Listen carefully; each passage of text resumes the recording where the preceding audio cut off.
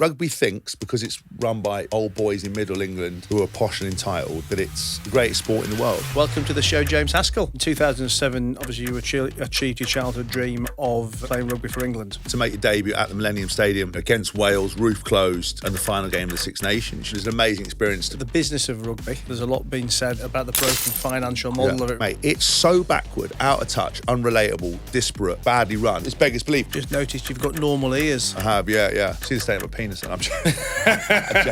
Initiation is still a thing in rugby. This is a song for the ladies, but fellas close. Sometimes you've got to squeeze. Right, that's enough of that. Yeah.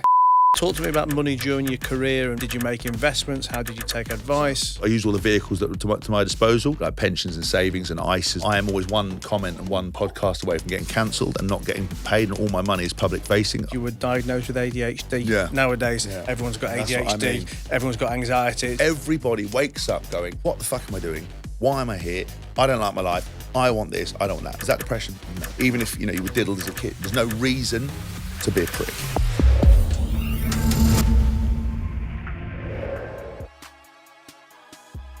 Let's talk about the business of rugby. Yeah. I mean, there's a lot being said lately about the broken financial model of it. Really, I mean, can you go into a bit of detail on that, and how would you fix it? Well, I mean, I think rugby's in a hole. I think the reason it's in a hole, I'll give you an example why it's in a hole. Netflix have worked with every major sport in the world: cycling, cricket, F1. Drive to Survive basically resurrected F1's popularity.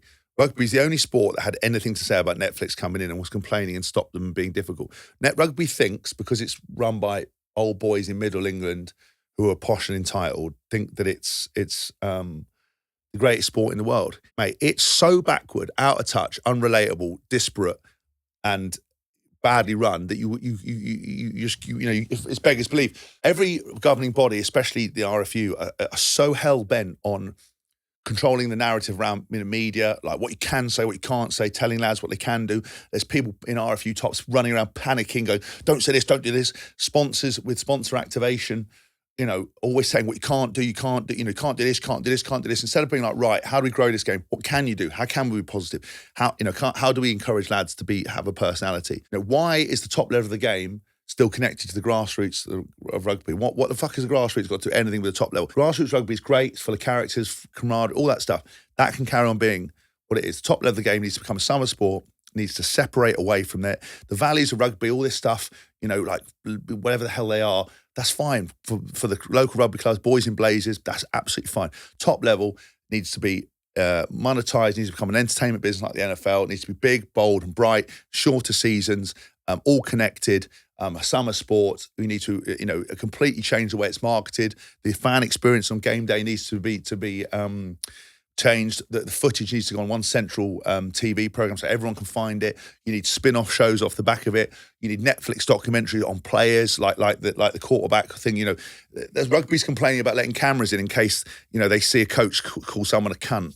Netflix have actually knocked it. Sorry, rugby's actually knocked it back. They finally did accept it, but they're now squabbling over things like what you can put in and what you can't put in, and and they were like turning cameras off and telling people to go away, and everyone was so worried about it.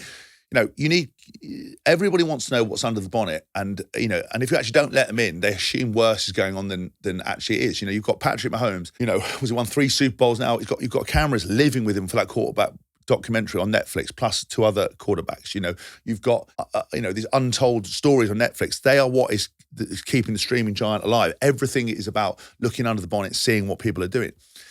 Rugby's all about stay humble, don't put your head above the parapet, be quiet. You've got negative written press all the time. These blokes, they're not up with social media. They're out of touch. They've been in the business for 20 years. They're just, they're all good guys, but it's just not what you want. The first sign of anything super negative, this country's riddled with tall poppy syndrome. In America, it's about championing, the American dream, success, being positive, getting out there. Here is, we'll build you up, then we'll fuck you, and then we fuck you, we'll burn your ashes and piss on them until you're gone. And then everyone loves a redemption story. And I saw this thing the other day. Again, he's not a great example because of what happened back in the day. But Michael Barrymore, Michael Barrymore obviously had a complete, nightmare, whatever, was persona non grata. He's obviously got back on TikTok. He's now got 1 million odd followers on TikTok.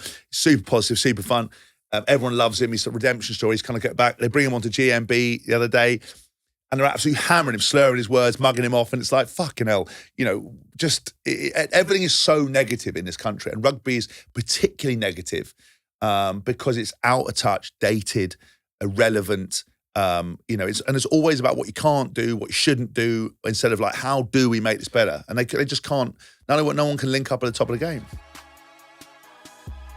Guys, Matt Haycox here. Today I have got British sporting royalty. We've got the man who played rugby 77 times for England. He's won 4 Six Nations championships, multiple club championships in France and England. He's played with distinction for the British Lions, and he's the man who has earned the nickname La Machine. Welcome to the show, James Haskell. Hello, mate. Thank you for having me. I feel like I want to redo that intro and say, the man who earned the nickname .com cunt. yeah, it's very true. It's much more exciting. I mean, it does sound like I've given you the nickname La Machine, and actually the reality is something very different. Yeah, I did actually think I was very jealous of boys who had really cool nicknames. I've never had a nickname. Well, not one that you would want. And Haskell's as far as it got. And I remember one lad turned up at Harlequins training, another club, on his first day, and said to all the lads, my nickname's called the Duke. Boys called me Duke, and it stuck. And they were like, Duke, all right, lad. I could quite like something like that. But no, .com was kind of the best it ever got, really. Well, look, let's talk about rugby. Let's go back to the beginning. And tell me about your childhood when you found an interest and passion for rugby, and what happened from there. Well, so I never wanted to be a rugby player. I kind of was, kind of came from a privileged background, great parents, extremely hardworking. My mum worked, my dad worked all the way through my childhood. My mum obviously took a period of time off. I kind of ended up following my dad's footsteps, going to the same schools as he did. One was a Papwick and Ascot. Another was Wellington College. Both very sporting, but kind of had lots of stuff on. Did your dad play sport? No, he did, but not to any level. I kind of, as I said, I kind of played club rugby. My dad was into rugby. I think now kids are exposed to so much more because of social media and 24-hour news and 24-hour sport. I just, my childhood was spent pretending to run around outside, doing army stuff, running around building forts, played every single sport. I was very active. My parents, I did judo, tennis, football, cricket, rugby, everything. I was always doing something. I think my ballet, tap dance, whatever my mum could get me and my brother out of the house with, we would do that. There's only 2 things I really wanted to do when I was younger, and that was join the SAS or drive a digger. And my dad said basically the amount of money he spent wasted on my education, that I wasn't able to drive a digger. Because I think he wanted letters after my name. They just weren't meant to be JCB. And then my mum said, listen, you can't join the SS because you're going to get shot. I think when she said by my own side, I was a bit like, okay, with that level of confidence. And kind of rugby I got into by going to these schools. School rugby was taken quite seriously, and it became my vehicle of success, really. I enjoyed it, but I wasn't like super die hard about it. I think what I discovered was in sport, if you work hard, put in what's required, put in more than's required, you commit to it, you're good, you get an opportunity. If you take the opportunity, you play well, you become successful. And it's a very linear process. You start at the bottom. Here's the pinnacle playing for England and the Lions. Here's a trajectory. Your success is quite simple. You get a start, you play well, you move on, and you make it to the next level. Whereas most things in life are very difficult to grade. What is money? Because in the real world, is money a sort of a level of success? Does that make you successful, or does job position?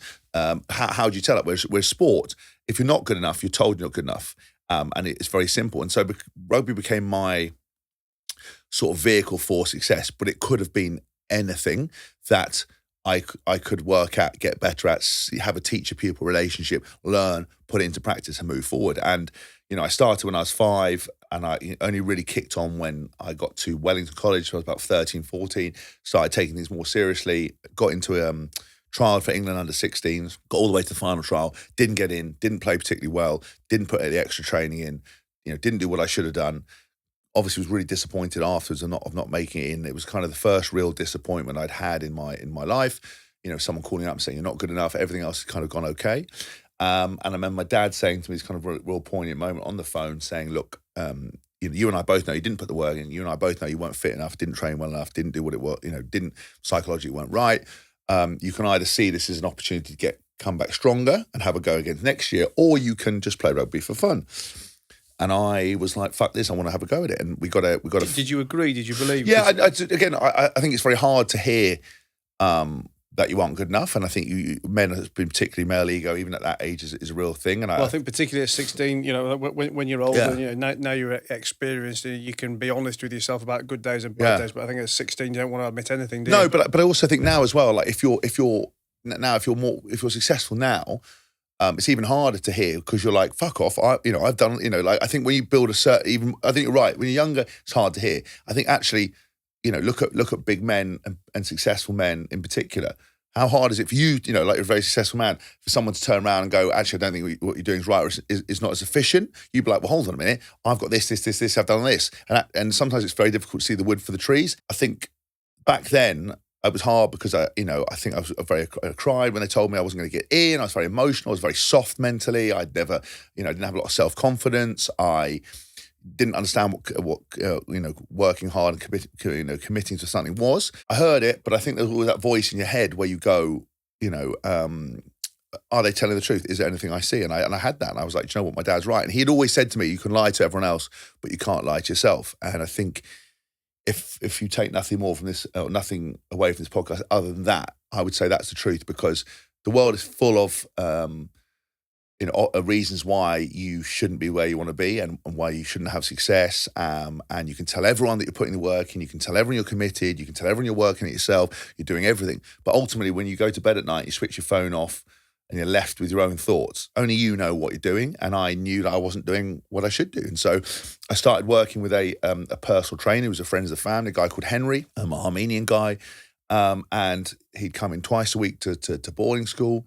And I started training, and a bit like a Rocky montage. I got fitter, bigger, stronger, more committed. I enjoyed the discipline. I enjoyed the purpose. I liked the suffering, and I kind of just stuck with that for years and years and years. And then I got into England under 18s the next year. Also, a year and a half later, captained it. Once you got onto that trajectory, Wasp started being interested, and then again, I had more. It's like a drug. You get a taste of it. You want more, and you want more, and you want more. And it wasn't necessarily the passion for the game.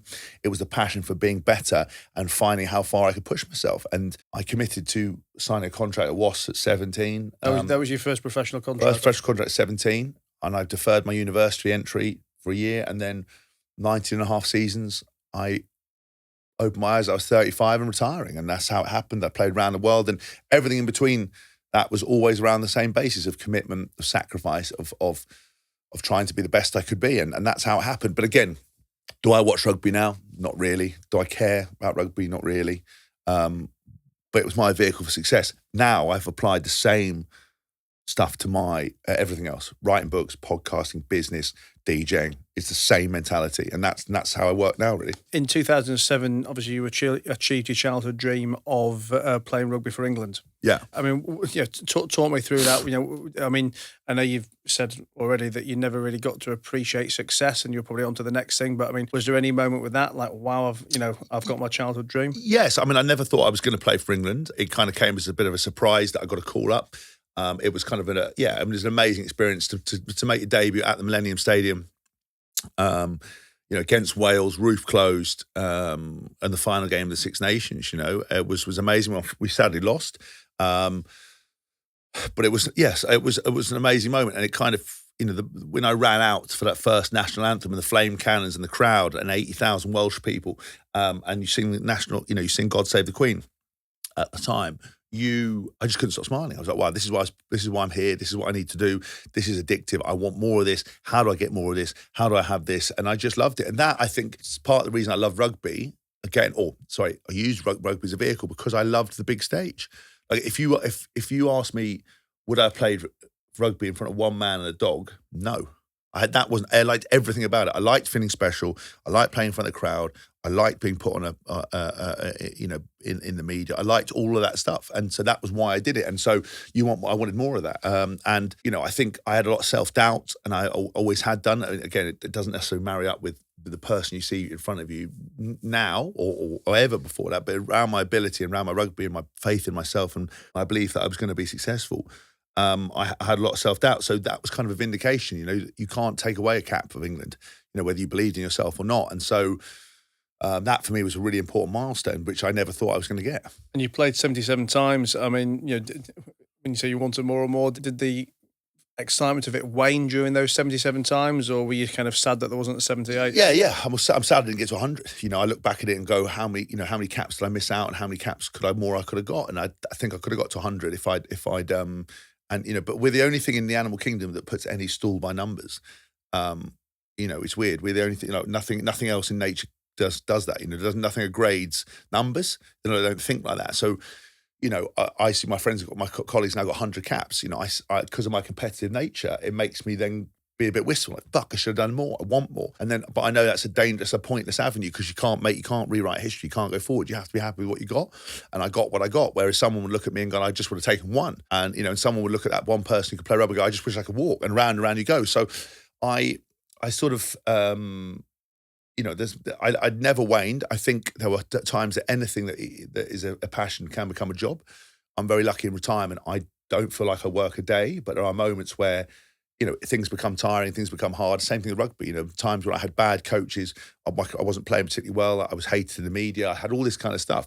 And then it becomes a job, and then it becomes a bit like, for fuck's sake. And then you're training in the pissing rain, freezing cold. And you're like, I just don't want to do this. But actually, the passion to play for England never waned. I never got complacent. I never didn't enjoy it. And I was always excited by that moment to put that white shirt on. I always felt special.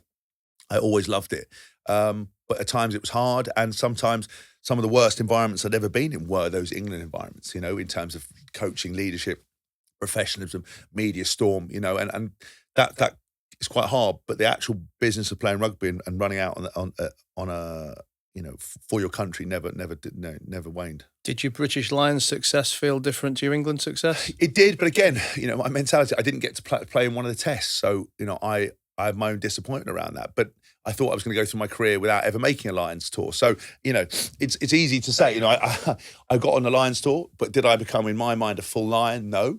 But if you ask other people, I am. But it's that's how competitive. I don't really walk around patting myself on the back. But the Lions stuff was amazing because it was such a incredible. It is one of the most unique experiences in rugby. I got to hang around with all the players that I'd played against for years, look behind the curtain, find out what they were actually like, got on with them a house of fire. They, I think, all had their own images of me and what I was going to be like. I mean, Rory Best, apparently, the famous Irish hooker, when he saw that I'd been selected, I think he quoted saying, "Oh God, not him." And then I think a lot of people thought I was going to be a dick because they see me posing for naked calendars and DJing and going on TV and doing whatever it is, that I was going to be a prat. I am a prat. Well, I said, you know what? I've got a better expression, actually. I'm a GC. I'm a good cunt. I'm a cunt. I'm a good cunt. That's basically all you want in life, is to be a GC.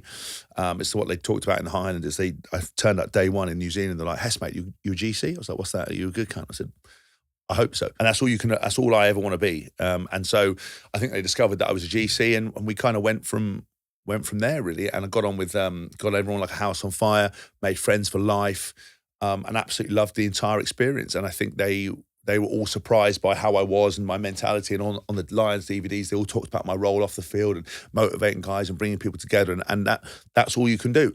And when you're part of that, if you can add anything to make that experience better for the Lions and move the Lions forward, that's all you can do. I didn't get to represent them on the test arena, but I was part of it, and I'll never ever forget that. And so, I'd rather have that than never have it, and I thought I was never going to have it. Let's talk about the business of rugby. Yeah. I mean, there's a lot being said lately about the broken financial model of it. Really, I mean, can you go into a bit of detail on that, and how would you fix it? Well, I mean, I think rugby's in a hole. I think the reason it's in a hole, I'll give an example why it's in a hole. Netflix have worked with every major sport in the world: cycling, cricket, F1.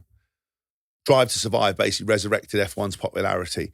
Rugby's the only sport that had anything to say about Netflix coming in and was complaining and stopped them being difficult. Rugby thinks, because it's run by old boys in Middle England who are posh and entitled, think that it's the greatest sport in the world. Mate, it's so backward, out of touch, unrelatable, disparate, and badly run that it's beggars belief. Every governing body, especially the RFU, are so hell bent on controlling the narrative around media, like what you can say, what you can't say, telling lads what they can do. There's people in RFU tops running around panicking, going, don't say this, don't do this. Sponsors with sponsor activation, always saying what you can't do, you can't do this, can't do this, can't do this. Instead of being like, right, how do we grow this game? What can you do? How can we be positive? How do we encourage lads to have a personality? Why is the top level of the game still connected to the grassroots of rugby? What the fuck has the grassroots got to do anything with the top level? Grassroots rugby is great, it's full of characters, camaraderie, all that stuff. That can carry on being what it is. The top level of the game needs to become a summer sport, needs to separate away from that. The values of rugby, all this stuff, like whatever the hell they are, that's fine for the local rugby clubs, boys in blazers, that's absolutely fine. Top level needs to be monetized, needs to become an entertainment business like the NFL. It needs to be big, bold and bright, shorter seasons, all connected, a summer sport. We need to, completely change the way it's marketed. The fan experience on game day needs to be changed. The footage needs to go on one central TV program so everyone can find it. You need spin-off shows off the back of it. You need Netflix documentary on players like the quarterback thing. There's rugby's complaining about letting cameras in case they see a coach call someone a cunt. You've got Netflix have actually knocked it. Sorry, rugby's actually knocked it back. They finally did accept it, but they're now squabbling over things like what you can put in and what you can't put in, and and they were like turning cameras off and telling people to go away, and everyone was so worried about it. Everybody wants to know what's under the bonnet, and and if you actually don't let them in, they assume worse is going on than actually it is. You've got Patrick Mahomes. Was he won 3 Super Bowls now? You've got cameras living with him for that quarterback documentary on Netflix, plus 2 other quarterbacks. You've got these untold stories on Netflix. They are what is keeping the streaming giant alive. Everything is about looking under the bonnet, seeing what people are doing. Rugby's all about stay humble, don't put your head above the parapet, be quiet. You've got negative written press all the time. These blokes, they're not up with social media. They're out of touch. They've been in the business for 20 years. They're just, they're all good guys, but it's just not what you want. The first sign of anything super negative, this country's riddled with tall poppy syndrome. In America, it's about championing, the American dream, success, being positive, getting out there. Here is, we'll build you up, then we'll fuck you, and then we fuck you, we'll burn your ashes and piss on them until you're gone. And then everyone loves a redemption story. And I saw this thing the other day. Again, he's not a great example because of what happened back in the day. But Michael Barrymore, Michael Barrymore obviously had a complete, nightmare, whatever, was persona non grata. He's obviously got back on TikTok. He's now got 1 million odd followers on TikTok. Super positive, super fun. Everyone loves him. He's a redemption story. He's kind of get back. They bring him onto GMB the other day, and they're absolutely hammering him, slurring his words, mugging him off. And it's like, fucking hell, everything is so negative in this country. And rugby is particularly negative because it's out of touch, dated, irrelevant. It's always about what you can't do, what you shouldn't do, instead of like, how do we make this better? And they just can't. No one can link up at the top of the game. Does the change will it only work if it's coming from from the governing bodies, or could club owners themselves, kind of make a difference? No, the thing is, it's all, the club owners are all separate entities, only interested in themselves, and like, it's not very clear who the power brokers are in rugby. They're trying to change that landscape. They're trying to make things easier and more controlled. But now you've got 10 owners pulling in 10 different directions, 10 proud men who do what the hell they want. They have success in their own right. And that's why the England team suffers, because they're just not joined up. The England team is trying to play one way, every club team's trying to play another way. And I think the only thing that's positive about rugby at the moment is women's rugby. That's growing, that's developing. But, they need to do everything that the men have never done. And I think, rugby's still a good game. The product on the field at times is brilliant. International rugby's there, but I just don't see. No one can make a decision in rugby. No one can do anything. And if they do it, they do it in the wrong way. And so I just sort of kind of a bit like, you're just idiots. So, I was not really involved in it anymore. And you talk about rugby at a grassroots level. I mean, do you think enough's done in state schools? Because, I mean, it's rugby doesn't play anywhere. Because you've got this concussion crisis. The problem is, little Timmy, as a parent, you don't want your kid to play a sport they're going to get hurt. No one wants to see a kid get hurt, ever. But, it's the same thing as like boxing. It's a combat sport. Like MMA is a combat sport. Rugby is a combat sport. like you're going to get hurt. But now they're trying to dress it up as like a collision avoidance sport. It's just like, shut up. Like, just own what it is. Put more investment into health and safety and looking after players and looking how they're treated and how they're coached as kids and everything else. But it's still a contact sport. Would I let my kids play rugby? Yeah, 100%. Is there a risk they get fucked up? Yeah, 100%. Do I, I've got teammates and friends who've got dementia and early onset Alzheimer's, all this kind of stuff. But, we knew what was going into. I mean, did I know that, did I know that it was going to be as bad? Yes. Am I a prime candidate for these things? Yeah. And will I, if I suddenly get dementia or what, MND or something, will I change my tune? Well, not really, because I went into it with my eyes open. Did I think I was looked after as well as should be? No. Were people making decisions about my health and well-being that weren't qualified to do so? Yeah.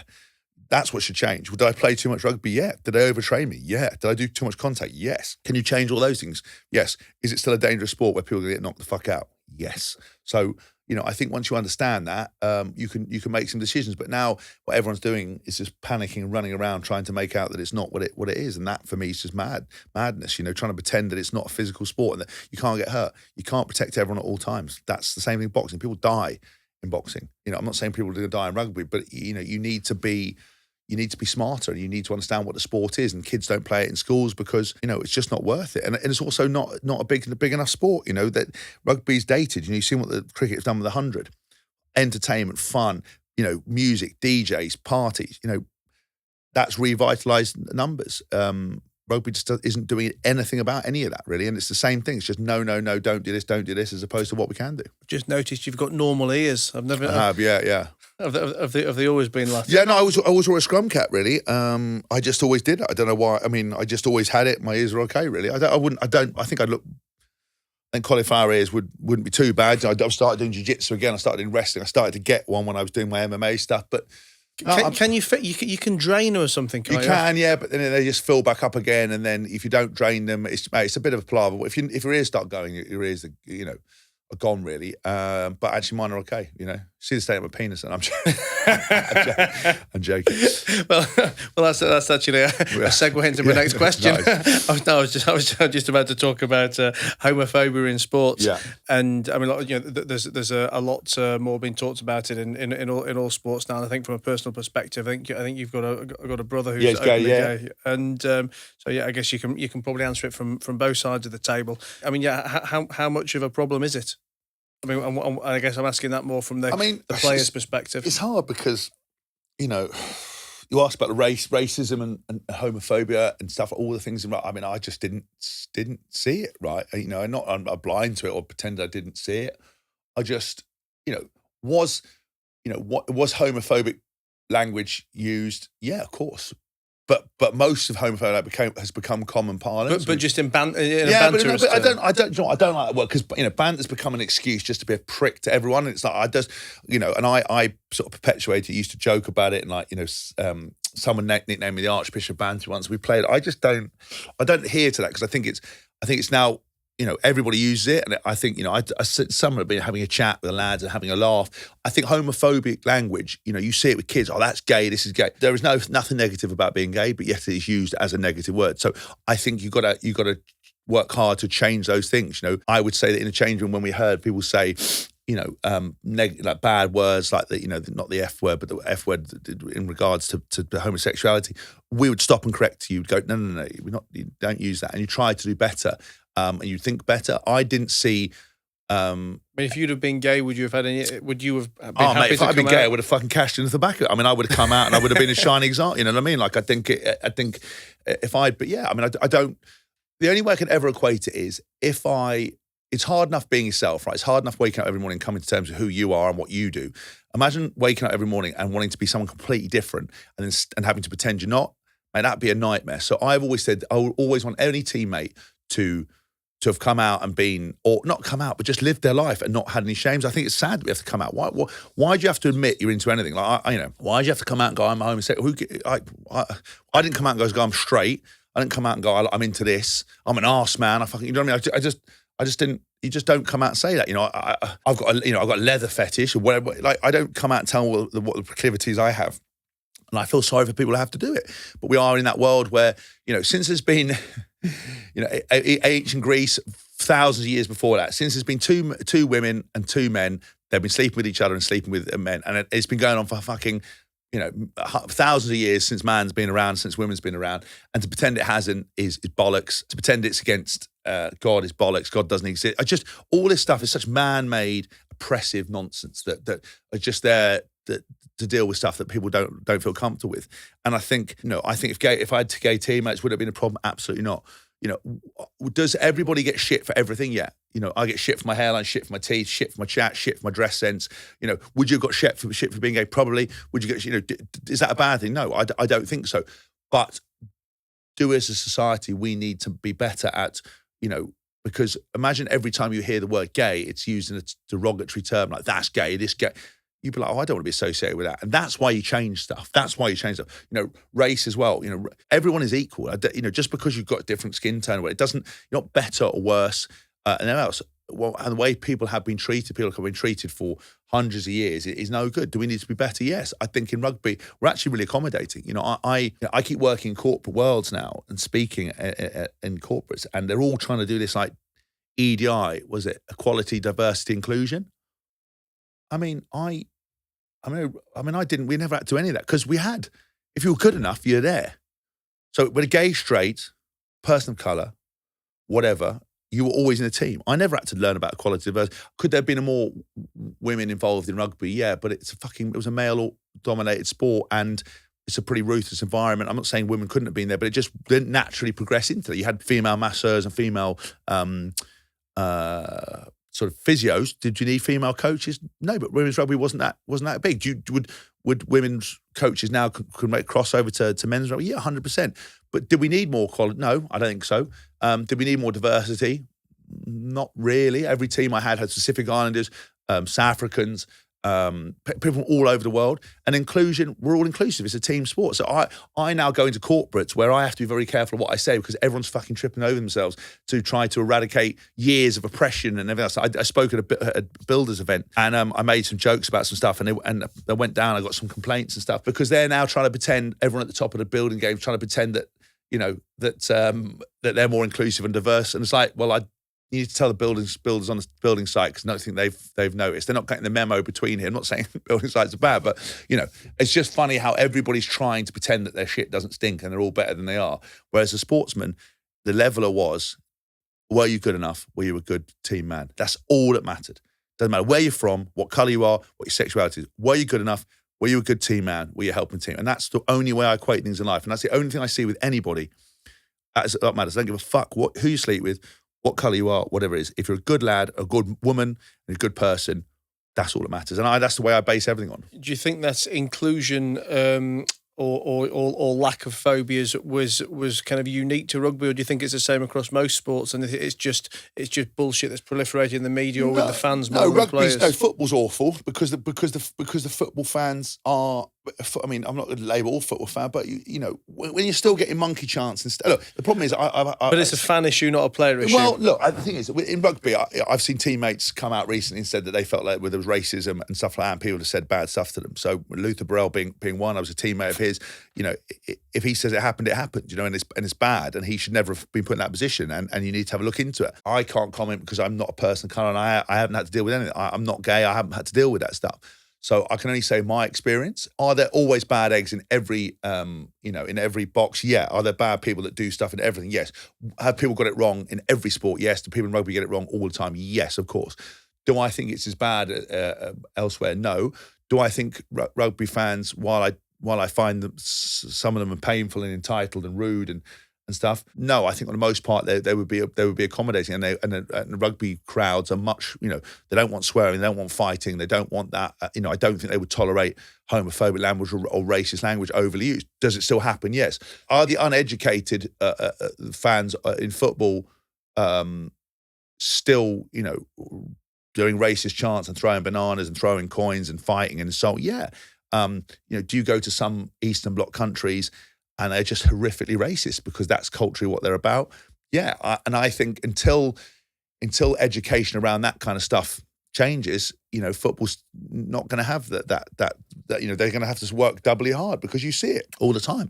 But are probably the majority of football fans, good people, yeah. But is there more bad eggs? Yes, because I think there's a lack of intelligence, a lack of education on some of these subjects. And some countries are still just abundantly racist and abundantly homophobic. And that's the way the world is. When you're still throwing gay people off buildings in certain Arabic countries, and when you're in Malaysia, the 1975 the lead singer kissed his bandmate. They're getting sued for $2 million. And had to pull the show because they went against Malaysia. How is homosexuality still fucking illegal when I guarantee some of them power brokers who implement the laws are gay and they're pretending they're not? And I just think the world is so hypocritical and so full of nonsense that actually all you can do again is worry about what you can control. And actually, if I want to be, I'm not racist. I'm not homophobic. I can just be accommodating. If I saw stuff I didn't like, would I step in? Yeah, 100%. But am I here to change the world and fight for it? No, because it's not my battle to fight. I can only try to change what I see. Tell me, are initiation is still a thing in rugby?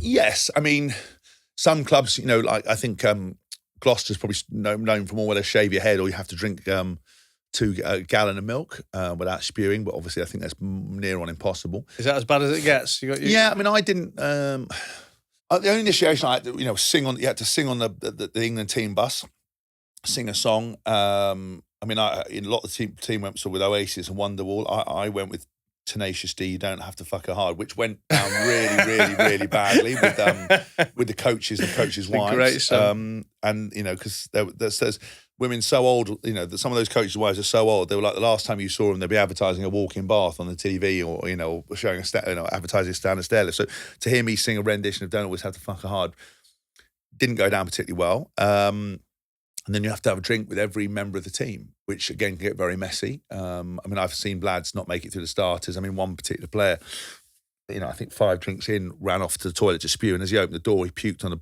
president of the RFU's head, which is not an ideal scenario. So there's things like that go on, but I think for the most part, no, there's no kind of hazing and stuff like that. I didn't really have anything like that, apart from just people trying to make me drink and get fucked up, really. There was not really anything else apart from that.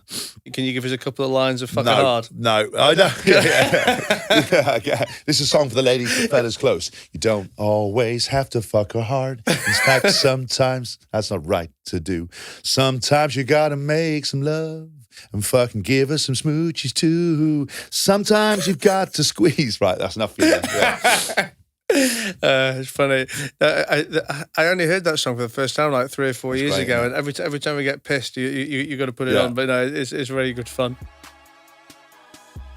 Let me hit you with a mad stat. You are probably not subscribed. Seriously, 58% of the people who listen to this podcast every single week do not hit that subscribe button. That is more than half of you. So let's fix this right now. The goal here is super simple. We grow the podcast, we bring in bigger guests, and we give you even more no bullshit, actionable insights to level up your business and to level up your life. Now in business, you set smart goals. That's specific, measurable, achievable, relevant, and time-bound. Well, here's one for you. Let's get that 58% down to well below 50% in the next 3 months. So please do me a quick favor. If this podcast has ever given you one good idea, one piece of advice that's helped you or helped your business, then hit that subscribe button. It takes a second, it costs nothing, and it means that I can keep bringing you even bigger and better guests, giving you even bigger and better insights. Go on, do it now. I'll wait. Done? Perfect. Great choice. Let's grow this together.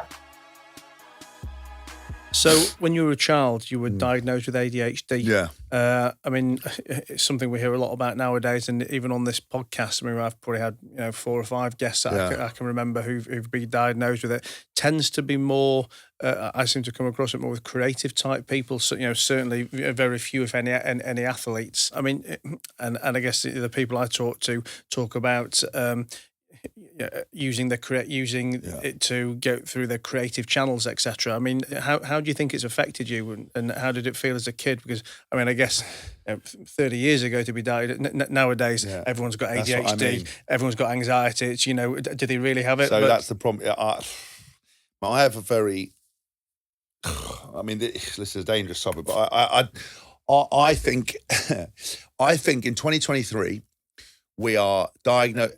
Everybody has something. So everybody has something.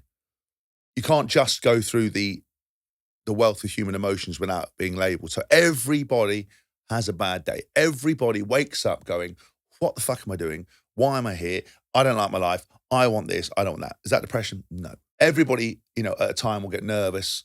Do people like me? Do you think people will want to speak to me? What happens if I go to this party and no one, I don't see it? It's not social anxiety. It's normal human emotion. We've now got to the point where we're protecting ourselves against emotion. So everything's got a trigger warning. So if you talk about suicide on the news, it comes with a trigger warning. Why do you have a trigger warning? You're not meant to like it. You're meant to go, that's awful. You can't protect yourself against having those emotions. If you don't like a program, they have to censor it now. This contains this, it's like, yeah, you're meant to experience human emotions, right? And we're now trying to protect ourselves against all these emotions. And we're labeling everything. Someone can't just have a bad day. Someone can't be over happy. Someone can't be a bit scatty. Someone can't be a bit disorganized without having that. You have to ask my mum and dad better than I do, but I think they exhausted every possible avenue to make me sit and concentrate and work harder there. I remember them taking me to multiple people.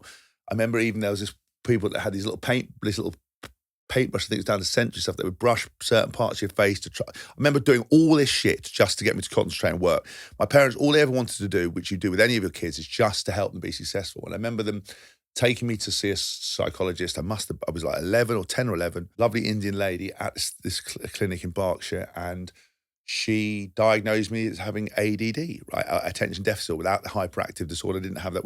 And I had it, and basically they put me on Ritalin. I took it till the age of 16 when I was in the England squad. Sorry, 17. I was in the England under 18 squad. The doctors asked me, "Are you taking any medication?" And I went that, and they were like, "Fucking hell, you can't be taking that." It's an illegal substance. So I ended up missing. Oh, is it actually a prohibited substance? Yeah, because it'd be a performance enhancing drug, I think, essentially. And they were like, you can't take that. So I then missed a game. And all my teammates at the time, because I had to pull out the game, they all thought it was because I was on steroids, because I was big, because I was training all the time. And in health and fitness, again, other lads weren't putting the work in, and they looked like, bags of shit. And they then wanted to think I was on steroids or whatever. No, it was because I was on this medication. I had to wait a week and a half or 2 weeks, whatever, to out my system to them. But everyone thought it was because I was on steroids, which kind of perpetuated the rumor that followed me around my career. Well, not properly, but with certain people. And so I had that. It's never defined me. I've never talked about it.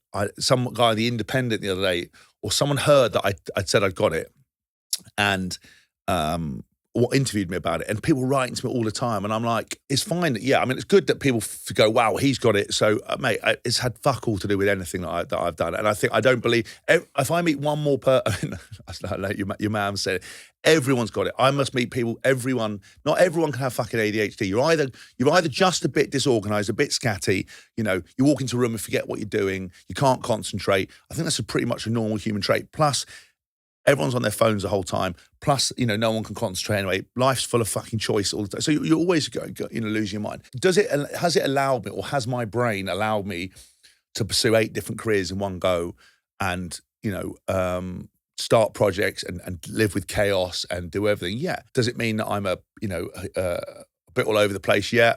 But I'm also organised, I don't. So it's never held me back. It's never defined me. I don't think it's got anything to do with how I am. But my wife then says, she goes, well, you're deluded. Of course you've got it. Of course you've got hyperactive. You can't sit down. You can't sit still. You can't. You start something, you walk off and come back. But man, I just don't. Yeah, I just don't. I've never, because I saw a psychologist since I was 17. You haven't seen one? I did. I saw a psychologist since I was 17 till last week. I'm 38. Because your mind is the most powerful tool to work on. Everybody, if I said you could run faster by buying a pair of trainers, you go and buy them. If I said you could change your whole life, your sleep, success, mentality, the way you deal with everything by speaking to a psychologist, most people wouldn't do it. And don't do it. And so I'm like, why? Your brain's the most powerful tool. So you would rather fuck around with the periphery when your brain is probably 60%, 70% of everything you do. You don't do it. So why doing yoga and deep breathing and fucking... But why don't people do it? Is it because of... It's fear. It's fear. Almost embarrassment about missing? Because everyone thinks you've got to lie on a chaise long and sit there crying and talking about how much your parents fucked you up. It's not about that. The mentality has to switch. It's like, if you look after your body and eat well and you worry about what you put into it, it's the same thing with your brain. Your brain is a giant tool that controls every single thing you do, which relates to everything else you do. And it's and if you are not speaking to someone and getting tools just as you would get tools to change your body or fix your car, you are not getting tools that you can go back and revisit to deal with emotions, negative thoughts, competitive anger, whatever it is. You're a fucking idiot, because you could, and I don't think you realize just how much of a margin of success and improvement there is. If you already had those tools, you'd be doing it, and you can't be. That's why with people with depression, anxiety, and all this stuff, unless you're working on it, that never goes away. So if you've got anxiety disorder or depression, or you've actually got it, you're never going to go. It's never going to go away. And what you learn to do around mental health in general is, mental health is not about curing, because you're never cured from mental health. What you do is you learn tools that when you have bad moments, gets you back on track. So when you first start, it might take you weeks, months to get over an episode. But if you practice the tools, it'll take you seconds or days or hours to get back on track. And it's how you get back on track out of those moves. And it's the same thing. If you're angry motherfucker, how do you stop flipping your lid? Well, you might do it straight away, but if you work on the tools, and you've got to shop around and find.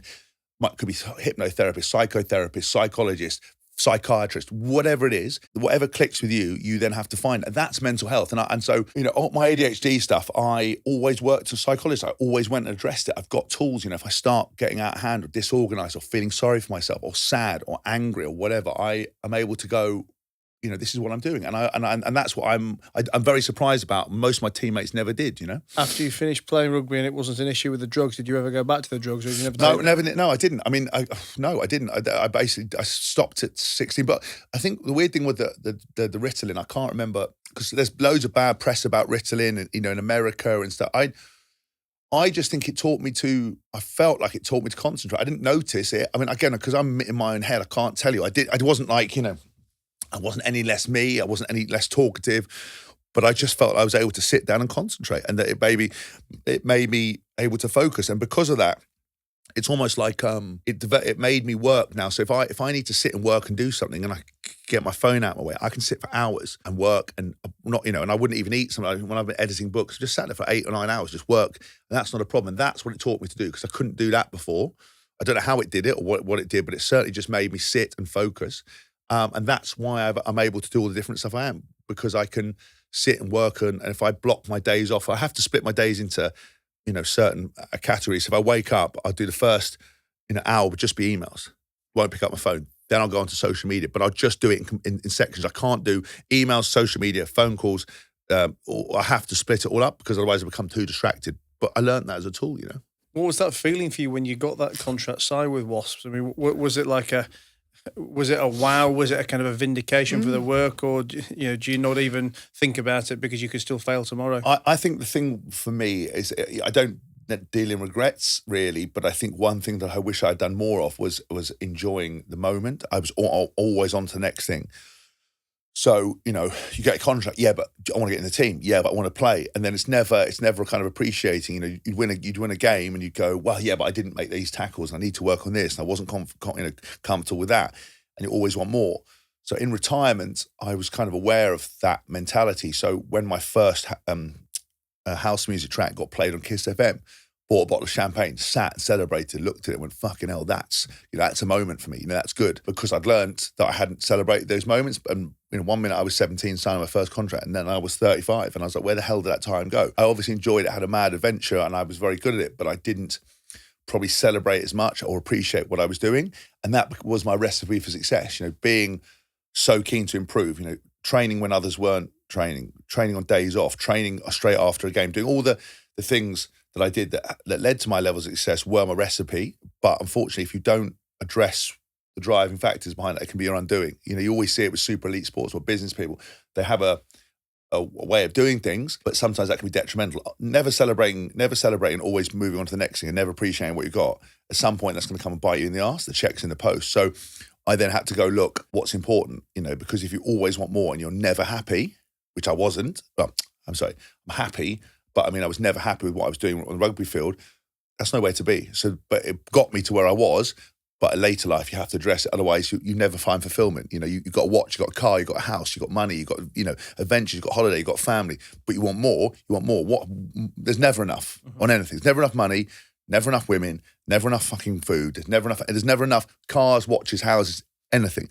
So you have to go, what do I enjoy? And you have to analyze that. And I looked into what I enjoyed. And for me, it was emotional experiences and moments and actually celebrating the little wins, and only being in competition with myself. Because I think if you look over the fence at other people, you're always going to find someone doing better than you. Just go to the Monaco Grand Prix and stand outside that that casino, whatever it is, Monte Carlo, wherever it is, and you see a Ferrari, like wow, and then you see a Lamborghini, you say wow, and then you see a Bugatti, and then you see a Bugatti welded to a Lamborghini, and then some cunt turns up with a yacht with a Lamborghini, and you're like, mate, you're never going to win, so just worry about what you got. Well, I live in Dubai, as I was telling you earlier, and I've been there for kind of 2 or 3 years now. And I mean, it obviously takes the right kind of mindset for you individually to be able to get inspired by those things. But I always say one of the best things about being in Dubai is that it shows you how utterly skint you are. Yeah. Because I've got a boat in Dubai, I've got a penthouse apartment in Dubai, but I'm still, I feel like a cleaner for all the guys, like Maud. Just look at Saudi Arabia. Just look at the Saudi Arabians. To sign. They're building that line or whatever it's called for $1 trillion that they're paying Neymar $138 million a year. It doesn't even touch the sides. Maybe you watch those programs like the Rainbow Shakes. He had a Ferrari in every colour of the rainbow. And you could smash them up and he wouldn't even notice. If he dropped £50 note, by the time he bent over, it wouldn't be worth him picking it up. And that's the level. You just can't compete with that. I think you've got to make a decision. Do you want to be that big fish in that small pond where ultimately it's a little bit of success that's kind of almost dangerous because it gives you that ceiling and you're never going to achieve more? Or do you want to admit or accept that you've got so much to learn or you've got so much to earn or whatever it is and go and surround yourself by those people? As I say, for me, being in Dubai, being surrounded by people with so much more money than me, with so much more success in whatever particular field it is, it's just so driving and inspiring. Do you know what I don't disagree with you. I find it, especially in the music industry, I look at others for motivation or check in, and there's always somebody doing what you want to do better than you, and I think to look into it. But I also I kind of look at it now, what makes me happy, what would be happy, and I was talking to a therapist not long ago about this, and he said, are you running away from something or running towards something? And I said, well, probably most of the time I'm running away from something, because he goes, what do you want your life to look like? And so if you've got a boat, you've got a penthouse apartment, you've got this stuff, and you say you've got a house elsewhere, if you were to add all that up and ask what that costs per year, there'll be a number to that. If I look at what I want, if you work out what you want, it's actually not, it's much more attainable than you think it is, for some people. If I wanted a house in every country in the world and a super yacht and everything else, you're talking a lot of cash. But if I went, I've got a house in London, I've got a house in Cannes, I want, I want a nice car, I want to be able to go out. We basically sat down and worked out what that figure would be. And it actually wasn't as much as you'd think it was. And it suddenly became much more attainable. And I sort of look at, I don't like comparing myself to other people too much, or I look for, as I said, for inspiration, but I also find you can lose yourself down a rabbit hole, and it's like, actually what matters. And I've realised now, I had a Ferrari, I've had all this stuff. I wear my Apple Watch. I don't fucking care about cars. I like cars, but I don't. It's not the be all and the end all. I kind of much more would rather go for a nice meal, drink what I wanted, eat what I wanted, in a nice location with good people and have a laugh, had fun. That's what I valued over kind of material things, A friend of mine, actually, a guy I met on this podcast years ago, who's become a very good friend, his expression, which has always stuck with me, is, if you can't be happy without money, you'll never be happy with money. Yeah. This is true. And, I guess, we've got various, legs to the spider of this conversation, but it all comes back to the same thing. This therapist said that he had a very, very, because he works kind of, super successful people. He said that this guy had this, always traveling, always working, always wanting more, always pushing the boundaries. And he said that his housekeeper called him and she said, thanks so much for letting me have the house for the weekend. I'm sitting in your infinity pool. I really appreciate you. You're the best employer. And he's in a hotel room and he's like, how the fuck is my housekeeper in my infinity pool in my incredible house, and I'm in a hotel away from my family? The balance has gone wrong here, because he's always pursuing more, whereas he actually had all he wanted or what he needed, but he was still pursuing it and had lost the plot. And I think for me, while I would want more money and want more success, and I think the only reason we're put on this earth, because actually when you break it down, is we're born, we work, and we die, and we're meant to procreate, and we've created all these distractions and all these reasons to make the journey much more palatable. I believe that with that you need purpose and discipline and direction. And there's only 4 things you can control. How you treat your body. So you're given a fantastic machine of a body. And some of us are blessed with more potential than others. So you should always maximize it, whatever that looks like. So always stay healthy, always utilize it in some way, whether that's walking the dog or playing elite sport or everything in between. Use it. Don't waste it, because once you waste it, you fuck it. You ain't going to get it back. And we see it all the time. Your mind, how much you use your mind. Your mind's such a powerful tool. Even if you're not that bright, there are things and avenues and things that you can do to expand your horizons, learn, have fun, challenge yourself, interest, engage. That's what you can control. How you treat people is another one. It's much harder to be a dickhead than it is to be nice. You get a choice every time you meet someone how you treat them. Always. No one makes you act like the way you are. There's no reason to act like the way you are. Even if you were diddled as a kid, there's no reason to be a prick, right? So that's the thing, and how hard you work. And I think with that mindset, I always want to keep pushing forward and moving forward. You never see me sitting in a hippie commune, smoking weed and talking shit. I always have to do something. I always want to broaden my horizons. I always want success, and a payment for success is money. And I will never stop working for that. But I do, as I said, where we started this conversation is actually sitting back and appreciating what you do have, but then also, especially with the advent of social media, there's always somebody doing better than you. And if you look at it, sometimes it's so off-putting and so kind of like, why do I even bother? I'm never going to get there. And sometimes you can't see how you're going to achieve what you want. And so what I do is I just put my head down and go, right, here's where I want to get to. What's a tangible milestone? Let's see how we go and do it and tick it off. And that for me is probably the most important factor about all of it. After nearly 4 years of doing this podcast, I think I've got my favourite quote ever now, which is, even if you've been diddled as a kid, there's no reason to be a dickhead. It's true. And the thing is, the reason I said, and I'm not sort of being flippant about kind of abuse, but in anything in life, there's always a reason why you're limited, and I think you can always become defined by stuff that's happened to you and use it as an excuse as to why you can't achieve. We live in a very much an excuse-based culture now. Everything is always somebody else's fault. It's the government's fault.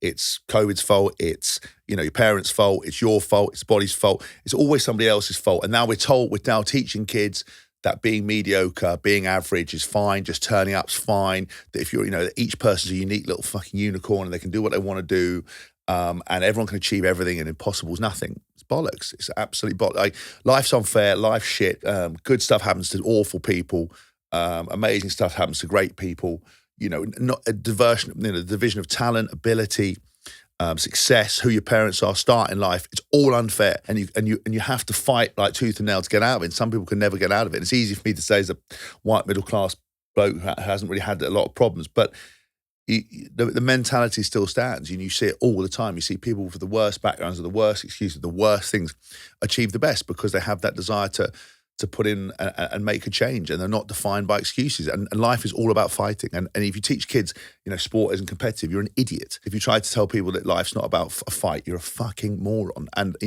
people say, "Oh, it's just about fun." It's like, no, it's not. Nothing in life comes without hard work. And actually, I think people have to suffer, and there's no such thing as being super comfortable. And I get quite passionate about it because I see it all the time, and everyone's always blaming somebody else. And so I think, we always got that friend there's always a reason why life is shit. And it's like, look, babe, at the end of the day, it's your life. It ain't dress rehearsal. It ain't, if you don't want to make a difference, then you're going to be born, have whatever you do, and then you're going to die, and you're not going to leave any mark or do anything, and it's going to be hell for you. Or you can try to fight like fuck to get out of it, So we talked a bit earlier about success and money and what that does, what that means to you. Yeah. And that, we probably over-egg what we actually need. Talk to me about money during your career, and did you were you sensible with it? Did you make investments? How did you take advice? So I was actually I was playing for England. I was the lowest paid player in the England team for a couple of years because Wasps were just always used to underpay people because if you played for them, you were much more likely to win some trophies, and they knew that,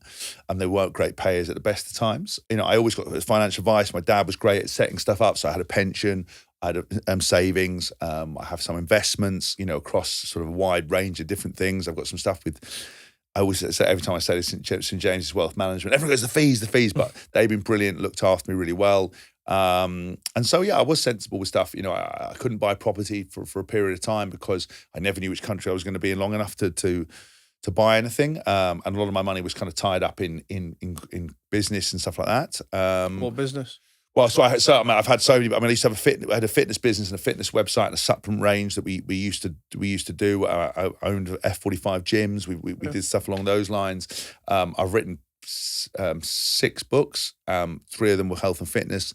That we used to kind of sell. We used to do events, a corporate shooting business. So so I've had lots of these things that some have gone really well, some haven't. Some of them I've moved away from due to interest. Kind of end up setting up different businesses, and did my dad get all of it right? No, not at all. Did I lose a lot of money doing things and trying stuff? Yeah. Am I in a good position now? Do I have stuff taken care of, like, as I said, like pensions and savings and ISAs and stuff? Yeah, I do. I used all the vehicles that were to my disposal. Because of losing money in some of these businesses and bits and pieces I won't go into now, I'm kind of more risk adverse because I don't, I think, anything that goes up can come down, and the more risk you take, the more likely you are to get fucked. And there's been some stuff that have come off, and there's been some stuff that have just gone awful, really, turned lots of money into no money, really. What gives you your risk aversion now? Is it the fact that you've had losses and that scarred you, or is it maybe because you haven't got that consistent income from the old days where you can keep taking chances? Yes, I think both things. I think really a lot of the risk was taken on my behalf by my dad, but I wasn't always necessarily. I was quite, for a long period of time, I kind of just put everything onto him because I was not that particularly organised. I was just interested in rugby, and I think there's things that I wouldn't have done that he did. Some, as I said, have come off. Some, lots of stuff haven't. So I'm now in a position where it took me a long time to get back control of my own financial situation. And so because of that, I don't want to be overly risky. I think also, I am always one comment and one podcast away from getting cancelled and not getting paid, and all my money is public facing. I don't have any other skills. I've got no qualifications apart from a license to drive a 10-ton and above 360 excavator, and I've got Bristol. I can't do anything else. So if I get myself cancelled, there isn't a lot I can do. DJing, is probably a bit more accommodating, but even then, it's hard. So I just, I know how limited making money is, and I don't have any long-term businesses at the moment. I mean, we actually just launched a gin business, GIN, called Black Eye, which we're partnered with the guys who are run Dana White's Howler Head, and we're relaunching that in for the World Cup, and that's something that we're hoping to go massive. And every pound from the bottle sold goes to a independently run players fund to help sort of research, kind of recover and mitigate risk for players. So we reckon if things sell as we want them to, we'll have a pot of over £1 million to sort of decide with players who've got dementia, injury, how do we help them. So that's going to be really big, and we want to kind of encourage rugby fans to swap a beer for a gin and tonic, and it's amazing gin. It's an award-winning gin in the bottle. So that's interesting. If that works well and we have an exit in 5-6 years, that'll change the game. But mostly, I don't have a business where I can make the fuck you money that you need to. So everything is required. And if I don't work, I don't earn, and that so means I have to travel to speaking at corporate events and DJ and work with brands. And the problem is, I'm outspoken but not intentionally, but I just have an opinion, and everybody wants to pretend that they stand for so much stuff when they don't. They just want to stand for good PR, and I unfortunately don't always bring good PR with me. Is there a particular reason you chose that charity, by the way? No, we're setting it up ourselves. So it's our event. So I basically work. I'm a trustee of a charity called Restart, which helps players restart their careers, deal with catastrophic injury like broken necks, or they can apply to them for funds to study or for injury or for surgery, whatever it is. We have an option now to set up something independent outside of that, which with a bigger pool of money, which basically doesn't have to adhere to any governing bodies. It's a global fund, and we just think it's a nice legacy that even whoever buys the, so Pernod Ricard or whatever buys the gin or Diageo, they would have to keep that going. Yeah. So we can help. Just because we basically we're doing it for the game, really. That's the brand motto. It's for the game. And if you want to keep enjoying rugby, you're going to have to keep looking after the players and funding them. And nobody else really does that. Governing bodies don't do it. Restart does it, but even then, that's limited by the funds it has coming through the door through charity.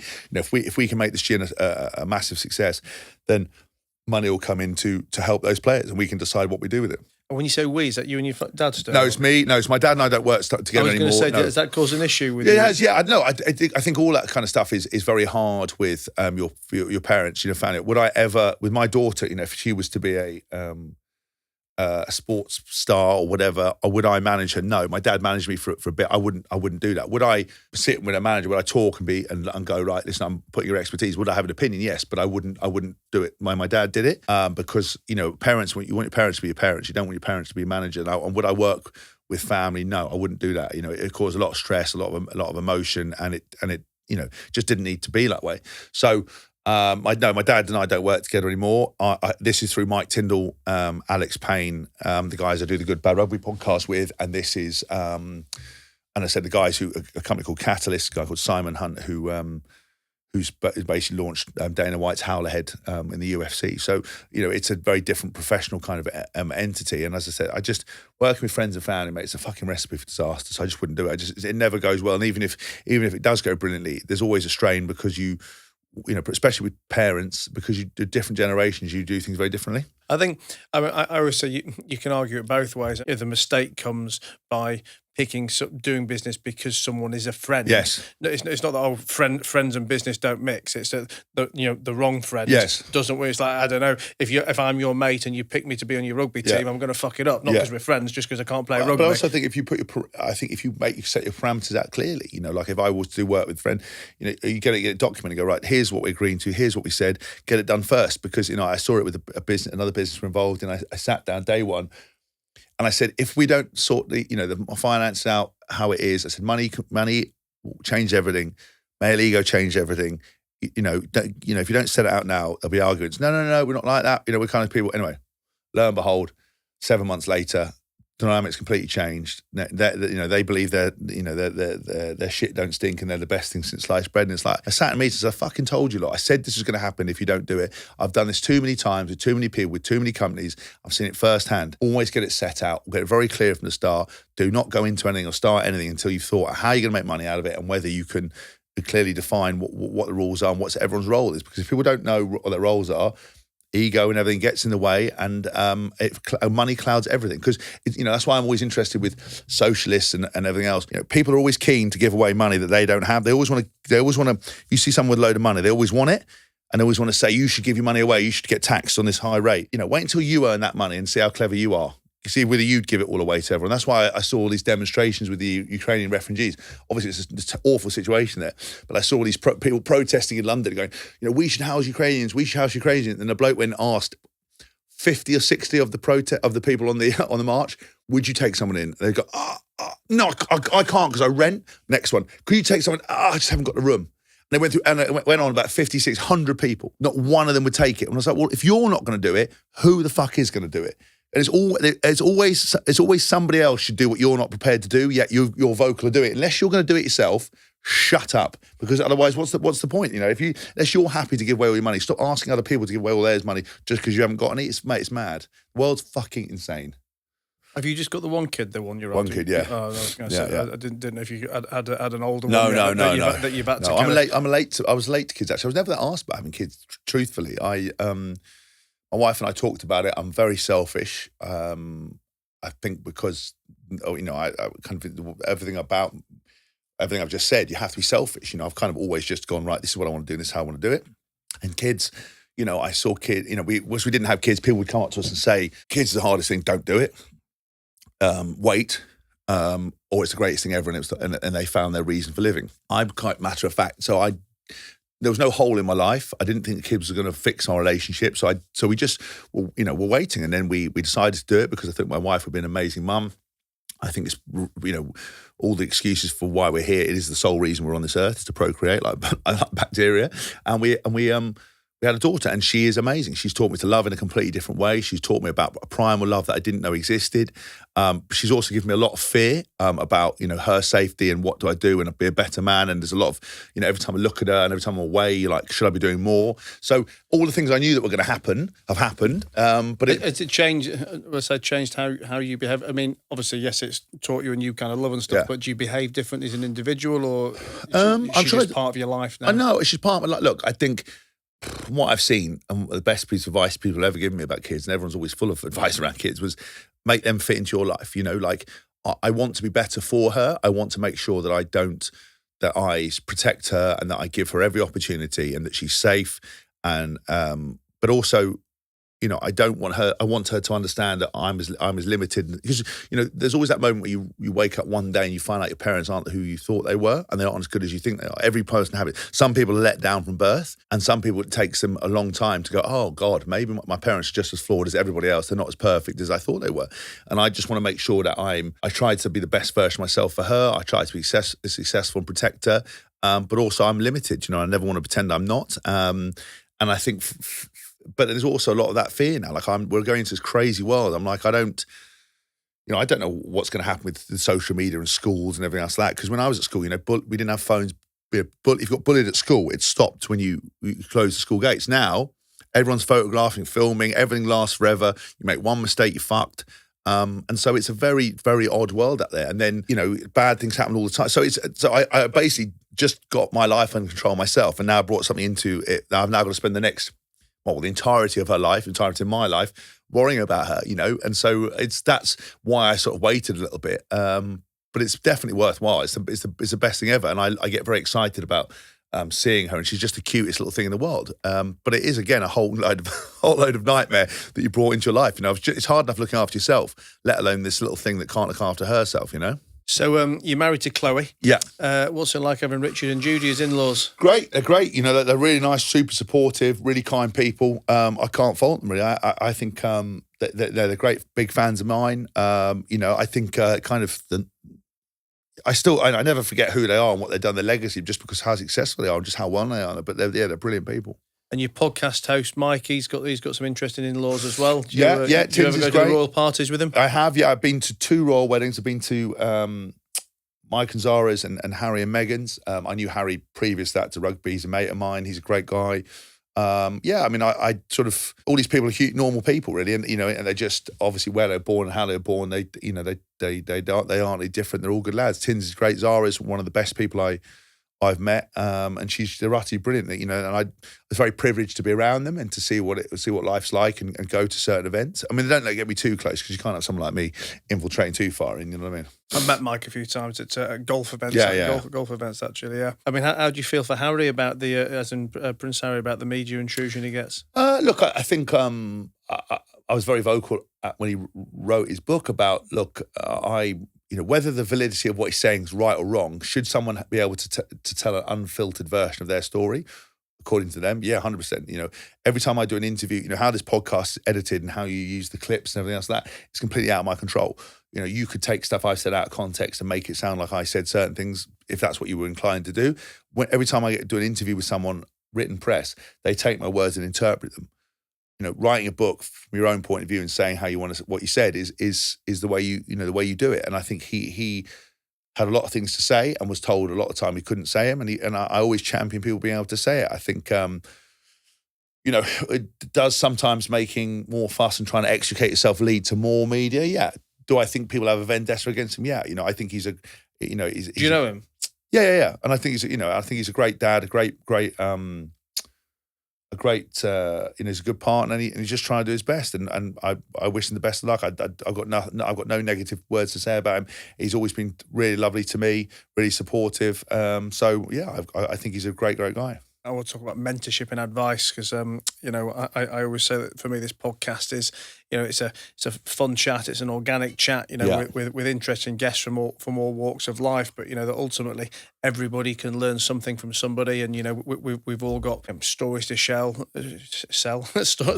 to share, and advice to give. And I guess particularly in sport, you must have had some particularly great mentors over the time. And any particularly good coach mentor, and did you mentor any players, or did any players mentor you? Yeah, I mean, look, I work with every top coach in the game. I'd say Michael Checker, Jamie Joseph, and Eddie Jones all stand out as some of the best, and Sean Edwards are some of the best coaches I've worked with. For any particular reason? I think, Jamie Joseph, because he was a kind, considered man, very intelligent, who understood kind of the use of words, the power of emotive words, of description, of clever pre-game psychology.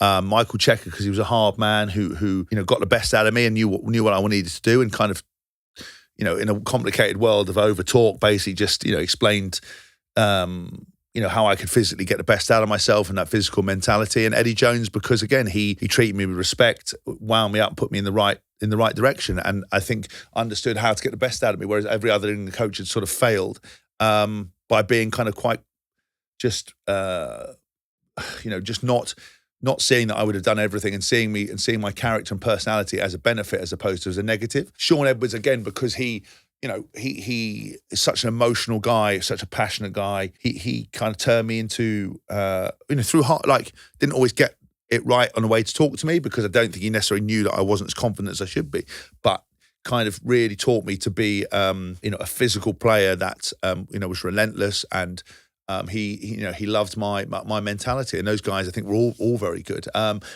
Players wise, I think Lawrence Delalio, Joe Worsley, guys like that were really important to me in my career. I didn't necessarily. I would seek help from other players who didn't necessarily know they were mentoring me, but I would go and push them to give me advice and stuff. And I think as I said, there's always somebody doing what you want to do better than you. So go and ask for help, because most people will give it to you. Is there one single piece of advice that really sticks out you've been given? Yeah, I mean, I told you my dad's piece of you can lie to everyone else, but you can't lie to yourself, and that for me extends to all of it. Because only you know how committed you are, how much work you're putting in, and I think that for me, and especially in the world of social media, where you can hide behind everything and make other excuses, and we lie to ourselves and we put images up of a life that isn't real. I think it's every now and then it's good to take account, and I probably check in with myself every couple of days. Go, am what I'm putting out to the world true? Am I full of shit? And if the answer to any of those questions is yes, then I need to have a long, hard look at myself. So if you were to look back now and talk to your 10-year-old self, how would you define success? I would say, how would I define success? I don't think I would try to define it. All I would say to him is back yourself more, enjoy every single moment, is celebrate the highs, always look to be better, but play with confidence, because most people are nowhere near as confident as you think they are. Most people are shitting themselves, and if you get an opportunity to do anything in life, do it to the best ability, risk it all, because that's where the reward is. James, it's been an absolute pleasure having you here. I'm sure you think I say it to all my guests, but that was genuinely, genuinely one of the most interesting and informative conversations I've had. Love the crossover. Love some of the stuff you said there, and hope we get to do it again sometime. Anytime, mate. I'll be here if you turn up. If you keep getting the coffees, then I'll be there. Thanks a lot, buddy. My pleasure.